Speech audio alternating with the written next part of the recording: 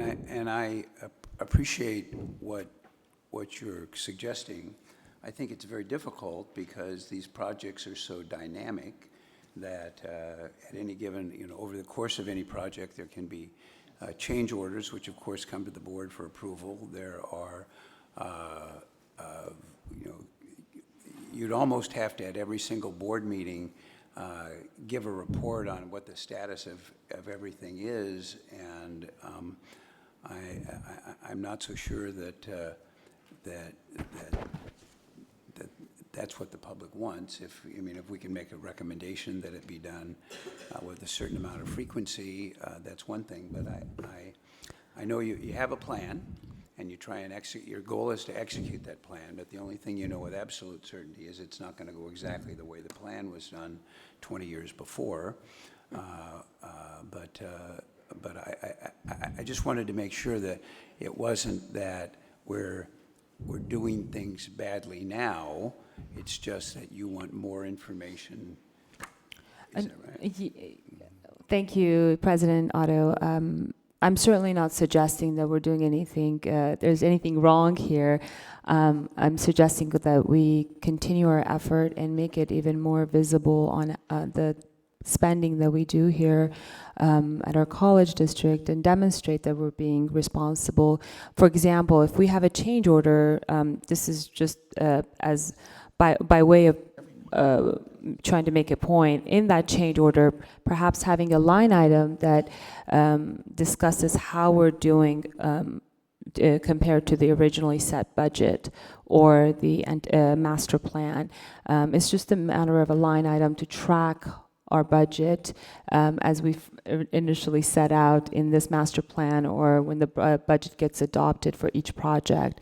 That's just a simple suggestion that I have for not just our benefit as the board. I certainly would be interested, and then also the public. I think it would be nice to have that visibility to see how we're doing compared to the original budget that was set for the projects as it lays out in this plan.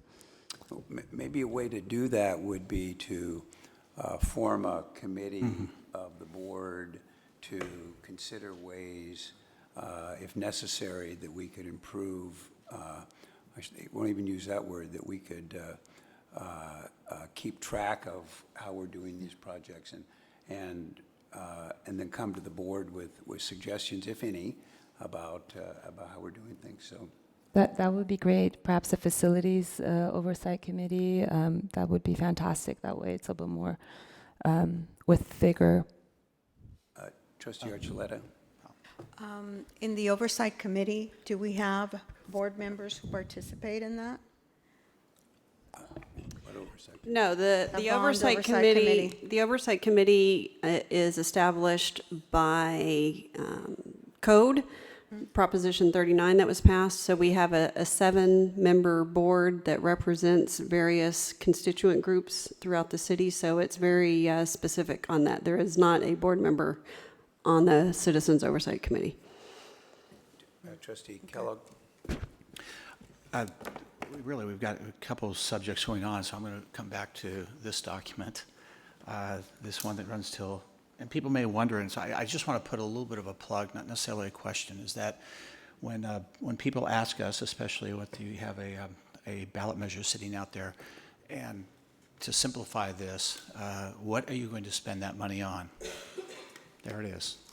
List it all. It may change a little bit in the sequencing, but this is what we do as far as a college on how we're going to spend the money. Now the question comes up about we have matching funds from the state, which does not really exist anymore. I think the last time that list of projects before the state of California is probably over 400 among the 113 community colleges. I'm speculating on that, but I know it's an unrealistic number that's never going to be fulfilled.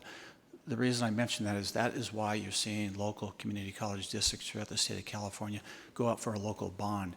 This is the way that community colleges are funding, through the assistance of the property owners and the voters of their service area, to upgrade their facilities, their campuses. Because in the old system, where it used to be through the state of California, they would allocate money. That process doesn't really exist anymore. So it forces community colleges, if they do want to modernize and upgrade, they do local bonds. Now, regardless of that, you still are required to do this planning document, among others, and it essentially lays it out. So that I think for the reason this discussion is timely, simply because we do have a ballot measure coming out. People do ask you a very good question, how are you going to spend that money? It's a very legitimate question. I'd be asking it as well, as we all do. And so this plan essentially lays that out. And so if people have questions looking at it and so on and so forth, so it's well done. There's always questions, and it's a good question that came up, and I'll push back on the building we're actually sitting in right now as far as the process. This building, when it was referred to at one time in this community, this is the driving range. If anyone remembers what it used to be called, the driving range. But, and that was an informal driving range. It wasn't a legal driving range. I'm sorry, But what are you during- driving at? I can remember too many things about this place. But during that process of that construction, to the answer to Trustee Zia and others about there was issues that would come up during that process, and it would come to the board to be addressed. There were some issues with the contractors and so on during that timeline. So there's always a checks and balances. There's always a transparency issue, and of course, every meeting we see change orders as it comes forward. But that example, years ago when this building was under construction, many times we did have items come before the board to address issues that have come up during the construction process of it. But again, back to the original on this facility master plan, it does go out a long period of time because hopefully this bond will be able to take care of those type of issues for the next few generations and how it will be spent. So document, well done, the people that put it together, and very informative and very helpful. But most importantly, it's a roadmap that explains how we're going to spend taxpayer dollars in a very, very specific way.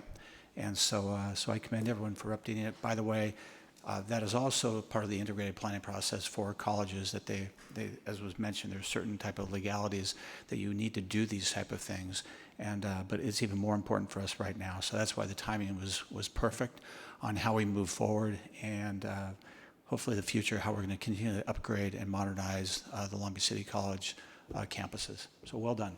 Thank you. Thank you.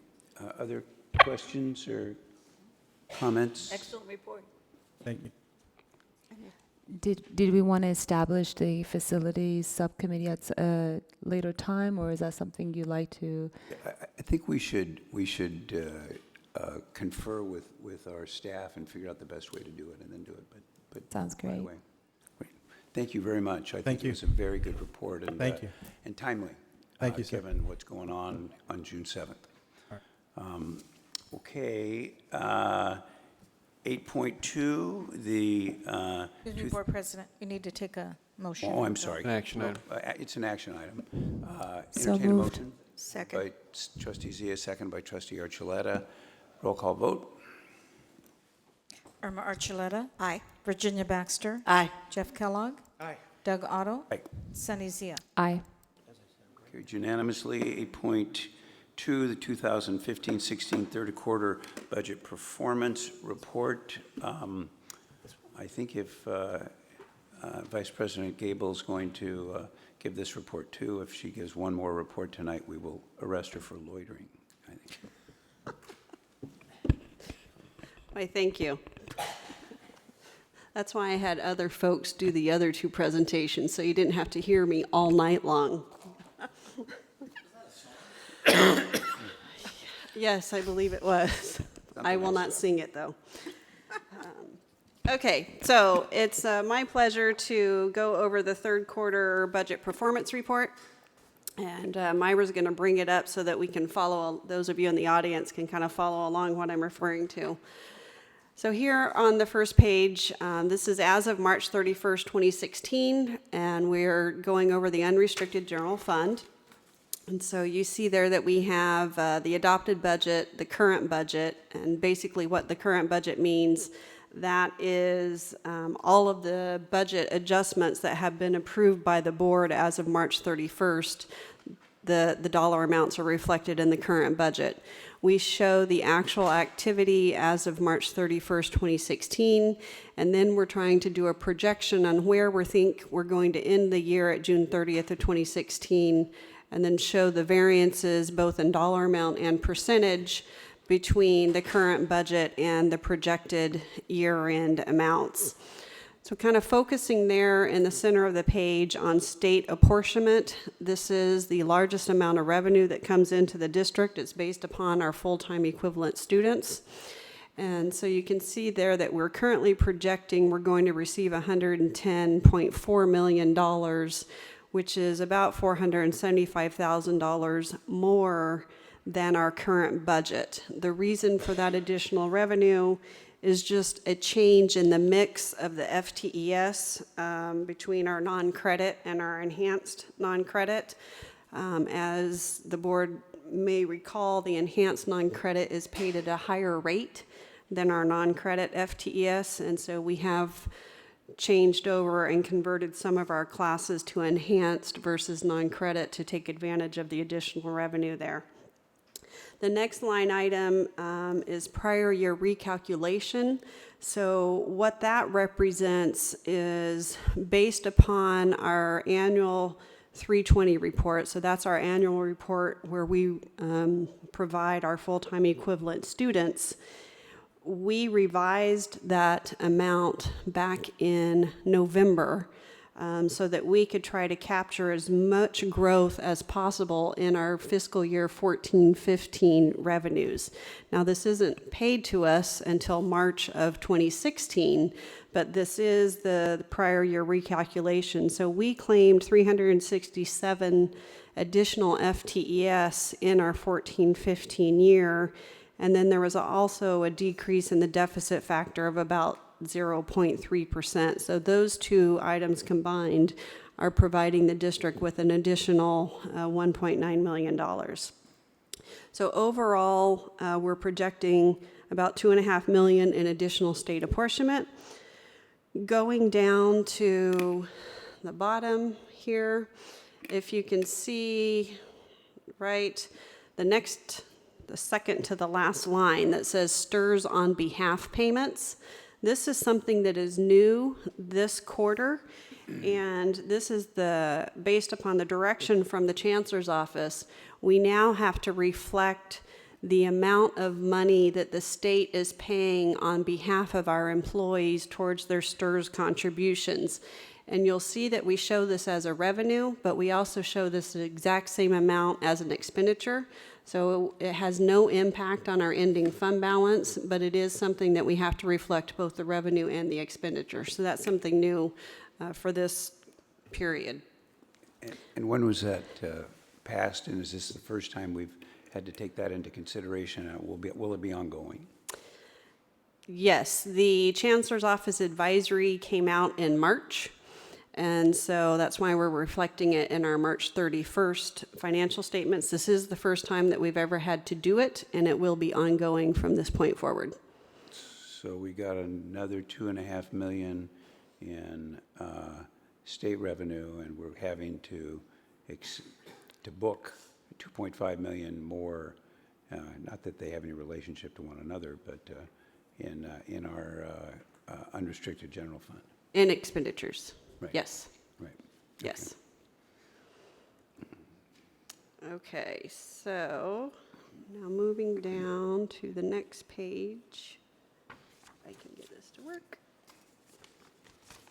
This froze up on me. Oh, there we go. Okay. Oh, There you go. all right, now we're moving. Not a lot of change in local revenue. So overall, our total revenue, you see there that we are projecting $133.8 million. That's about $5 million more than what the current budget is. And again, it's the state apportionment as well as the STRS on behalf payments is the primary reason for the increase in revenue. So now moving down to page 3, on the expenditure side, you'll see we have the academic salaries. As of March 31st, we were projecting a savings of about $186,000 in our academic salaries. I will say that this projection does not include any estimate for the tentative agreement that was just signed with CCA today. So when we get to year end, these numbers will increase for the academic salaries. Looking at the classified salaries, we are currently projecting a savings of about $1.1 million. As we know, the classified staff, both on the management side and the staffing side, is more in flux, and so we do generate savings throughout the year for vacant positions that come up and just the length of time it takes before we get those positions filled, so we have a savings there. On the benefit side, typically when you have salary savings, you're going to see a savings in benefits. However, due to the STRS on behalf payment, that $2.5 million that we already discussed, as well as a change in our actuarial valuation of our retiree benefits obligation, that went up by $2.2 million. And so the two of those combined are the result of why we're showing an increase of just under $4.2 million for our benefits.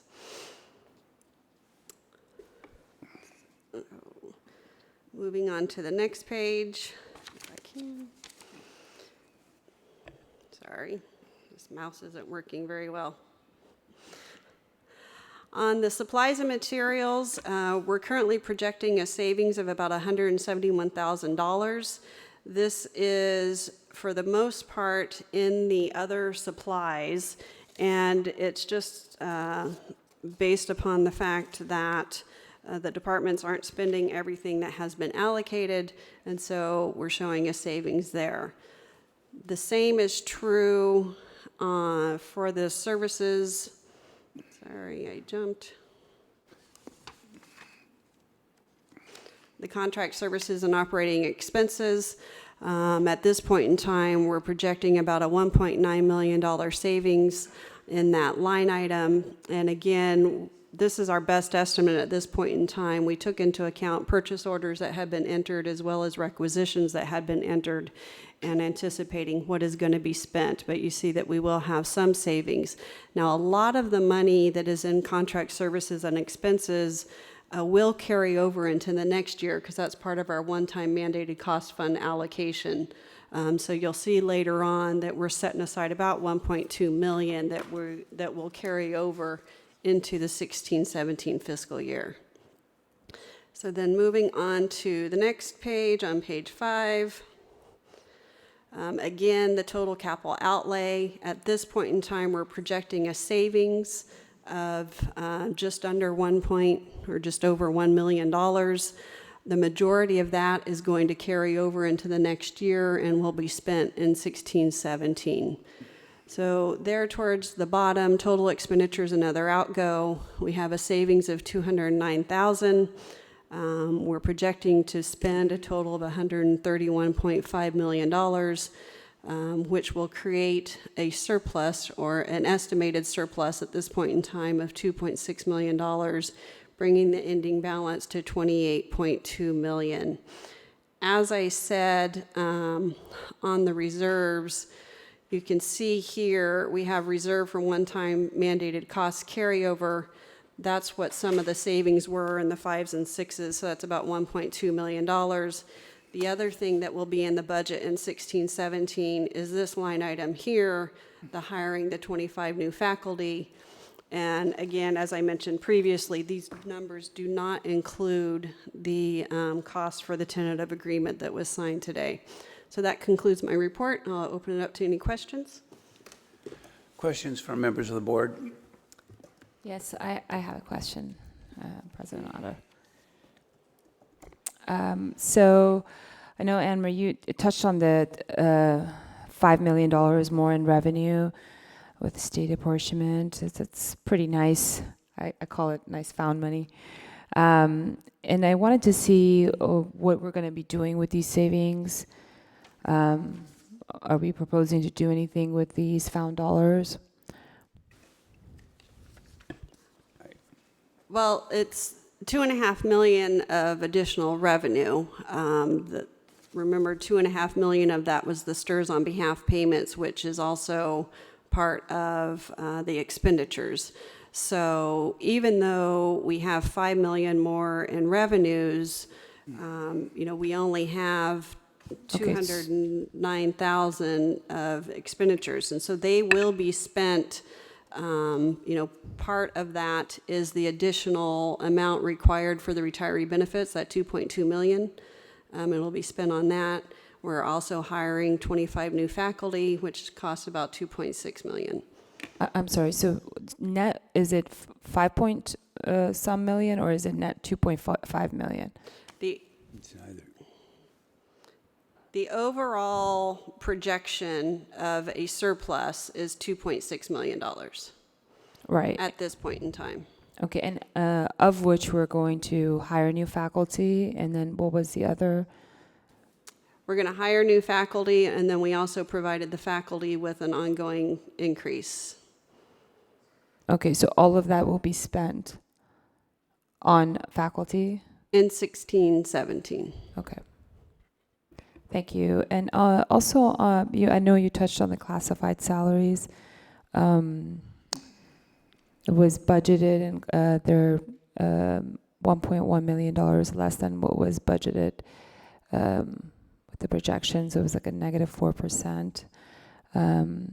Are we leaving positions unfilled or vacant, or are we working on bringing more classified on board? Why is it that we're... No, we're not intentionally leaving positions unfilled. I think when a position becomes vacant, we are looking at it to see, do we need to replace the position with the position that left, or do we need to do a reorganization to better meet the needs of what's needed at the college at this point in time? But we are hiring classified employees. It just takes 3 to 6 months to fill a vacant position with the hiring processes and getting everything up and going. So are we proposing to hire those originally budgeted classified staff up to $1.1 million within the next few months? Are we proposing that, or how are we going to be making up that deficit of the 4% that was budgeted versus the projected or the year end? it's really up to the individual department on how quickly they get a classified position filled. When we create the budget, we are budgeting for all of the positions that have been approved for the entire district, and we're assuming that those positions are going to be filled 12 months out of the year.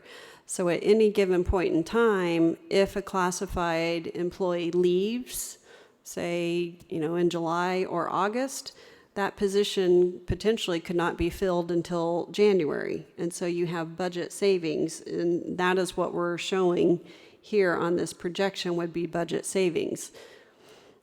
I understand that, and what I'm saying is that we're going to be filling those positions to the point of 1.1 million in the next few months for the next quarter. Does it get carried over to the next quarter, or is it how does that work? It's a point in time, so it doesn't get carried over. So when we close the books, that will be the next report that we're showing to you, or basically the financial statements as of June 30th. We very likely will have savings from what the budget was compared to the classified salaries that were spent, but the positions will be rolled into 16-17 as a position that is available to be filled. Okay, great. Thank you. That's all I had. Any other questions from anyone? So we'll move on to 8.3, which is the third quarterly financial status report, which is submitted to Sacramento. I would entertain a motion. So moved. Moved by Trustee Kellogg, seconded by Trustee Archuleta. Any further discussion? Roll call vote, please. You with us? Hang on one sec. Dun, dun, dun, dun, dun, dun, dun. Can you give me the motion? Who made the motion again? Motion by Kellogg, seconded by Archuleta. Dun, dun. Irma Archuleta, Aye. Virginia Baxter, Aye. Jeff Kellogg, Aye. Doug Otto, Aye. and Sunny Zia. Aye. Okay, 8.4, resolution, this has to do with the Student Representation Fund. Back in March, we approved an implementation of a $2 student registration fee. $1 of that stays local, and $1 of it goes to the statewide student group. In order to do that, we have to establish a Student Representation Fund. That's what this is about. We need to adopt a resolution to do that. I would entertain a motion. So moved. Moved by Trustee Archuleta, seconded by Trustee Baxter. Comments, discussion? I just had a question. I don't know, since our student trustee's not here or ASB representative, do they have, do we know who does their lobbying? And is it possible to get a report on what our students are focusing their effort and how they're spending the student fee on? I don't We think know. they have a lobbyist, per se. No, they do their own advocacy in Sacramento, and certainly I'm sure the student trustee can bring back a report to the board once or twice during their term, but they publish their advocacy talking points, so it's pretty easy to get at, so I'm sure you can bring back a report at some point. Okay, good. Anyone else? Roll call vote, please. Irma Archuleta, Aye. Virginia Baxter, Aye. Jeff Kellogg, Aye. Doug Otto, Aye. Sunny Zia. Aye. Carries unanimously. Reports, 9.1, Academic Senate President. Yes, thank you, Board President Otto. I want to just backtrack real quickly to item 6.5. It was an informational item. I just want to make sure that everyone understands that this list is a comprehensive list of our programs of study, our certificates, our degrees, and it represents months of work.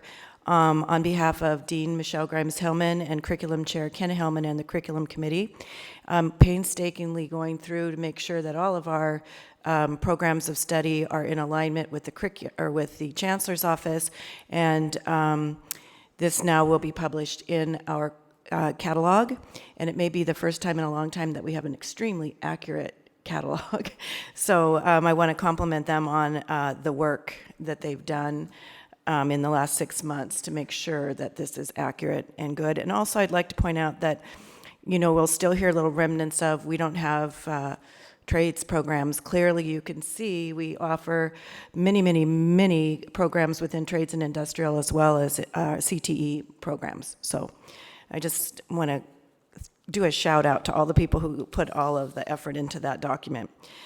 Also, at our meeting the Senate meeting on May 6th, in response to the Textbook Affordability Act, the Senate has been talking about open education resources most of the year, and you'll be getting a resolution coming forward from the Senate. It was too late to put it on this agenda, but the Senate has overwhelmingly endorsed and support open education resources, and now the next step will be for the College Planning Committee to form a task force to go forward and figure out a plan for implementation of OER.